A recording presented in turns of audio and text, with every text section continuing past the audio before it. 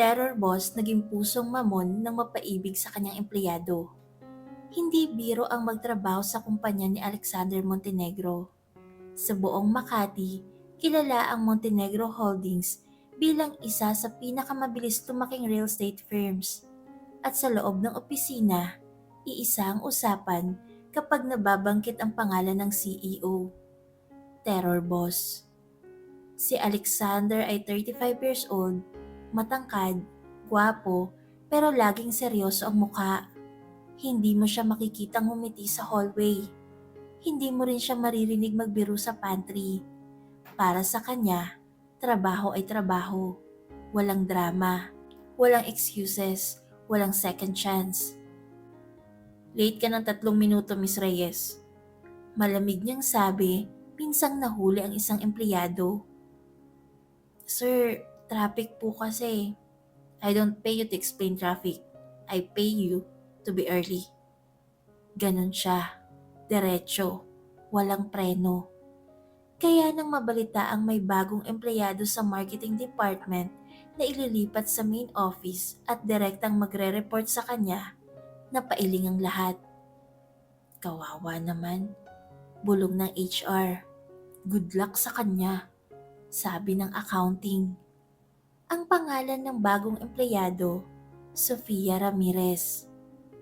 Unang araw pa lang ni Sofia, ramdam na niya ang tensyon sa opisina. Tahimik ang lahat, parang may exam na parating. Ma'am Sofia, ready ka na ba?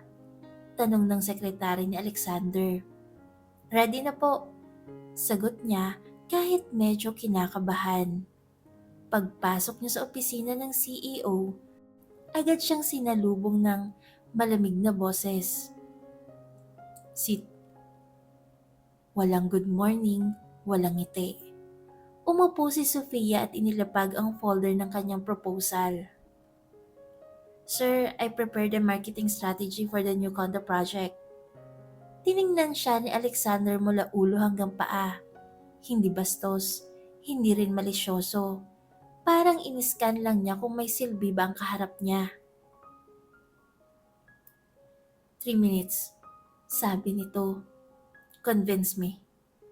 Hindi siya nasindak. Huminga ng malalim si Sofia at nagsimula. Habang nagsasalita siya, napansin ni Alexander ang kakaibang kumpiyansa ng dalaga. Hindi ito nanginginig. Hindi rin ito nauutal. Diretsong tingin sa mata habang nagpapaliwanag. Pagkatapos ng 3 minuto tumahimik ang silid. Not bad, sabi ni Alexander. Halos mahulog si Sofia sa upuan sa gulat. Sabi pa ng mga tao, hindi raw nagbibigay ng compliment ang CEO. Revise the numbers on page 7. Overestimated, but the concept, acceptable. Lumabas si Sofia ng opisina na may maliit na ngiti. Sa labas, sabay-sabay siyang nilapitan ng mga katrabaho. Ano sabi niya? Pinagalitan ka ba? Pinaiyak ka ba? Hindi naman, sagot ni Sofia. Okay naman siya. Napatingin ang lahat sa isa't isa. Wait ka lang, bulong ng isa. Simula pa lang yan. Lumipas sa mga linggo, mas lalo pang naging busy ang opisina. At habang tumatagal, mas madalas nang nakakasama ni Sofia si Alexander sa meetings, site visits at presentations.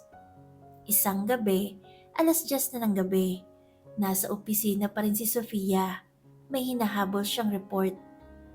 Biglang bumukas ang ilaw sa kabilang side ng floor. We're still here. Si Alexander. Nire-review ko po yung presentation bukas. Lumapit ito at tinignan ang laptop niya. Slide for this week. Sir, ginawa ko po yan base sa data. Data doesn't sell. Emotion does. Napataas ang kilay ni Sofia. Pero sir, hindi ba mas importante ang facts? Saglit na natahimik ang CEO. You're arguing with me? Hindi po, nagtatanong lang. Sa unang pagkakataon, may tumindig laban sa kanya ng hindi nanginginig. Imbes na magalit, may kakaibang pakiramdam na sumagi sa dibdib ni Alexander.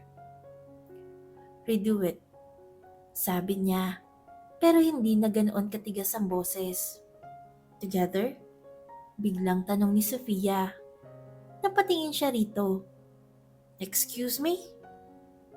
"Mas mabilis po siguro kung tulungan niyo ako." Hindi niya alam kung bakit pero umupo siya sa tabi nito.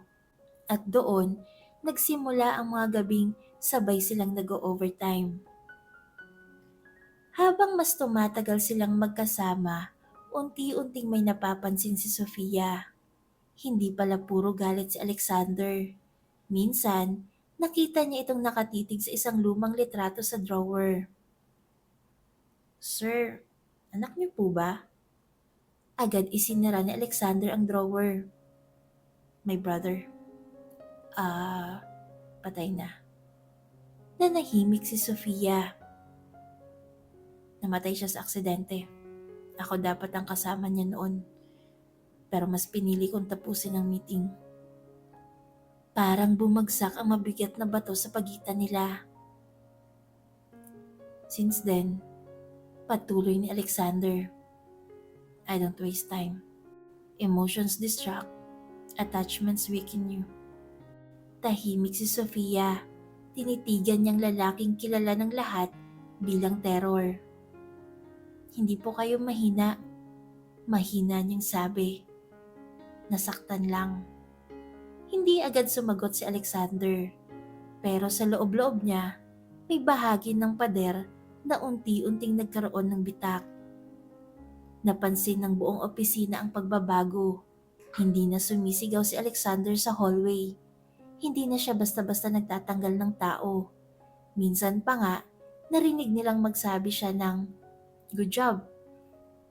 Halos mag-celebrate ang HR. Isang araw nagkasakit si Sofia. Hindi siya pumasok. "Sir, may lagnat daw po si Sofia," sabi ng sekretary. "Send her the files." "Sir, nakalib po siya." Saglit na natahimik si Alexander. "Where does she live?" Kinagabihan, may kumatok sa maliit na apartment ni Sofia. Pagbukas niya ng pinto, halos mahulog ang thermometer niya. "Sir?" May dalang paper bag si Alexander. "Soup and medicine." Napatulala si Sofia. "Sir, hindi niyo naman kailangan shut up and rest."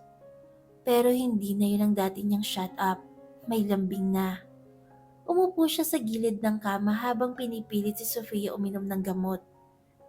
"Bakit niyo po ginagawa to?" tanong niya. Saglit na natahimik ang lalaki. "I don't know." Pero alam niya, takot siyang may mawala na naman. Isang gabi matapos ang successful launch ng condo project, nag-celebrate ang buong team. May inuman, may tawanan, at sa unang pagkakataon nakita nilang ngumiti si Alexander. Nasa balcony si Sofia, nakatingin sa city lights. Lumapit si Alexander. "You did well." Team effort po." Tumahimik silang dalawa hanggang sa nagsalita si Alexander. "I don't like what's happening." Kinabahan si Sofia. "Bakit po?" "Because when you're not around, I look for you." Napatigil ang mundo ni Sofia. "I built this company by being cold." Patuloy niya.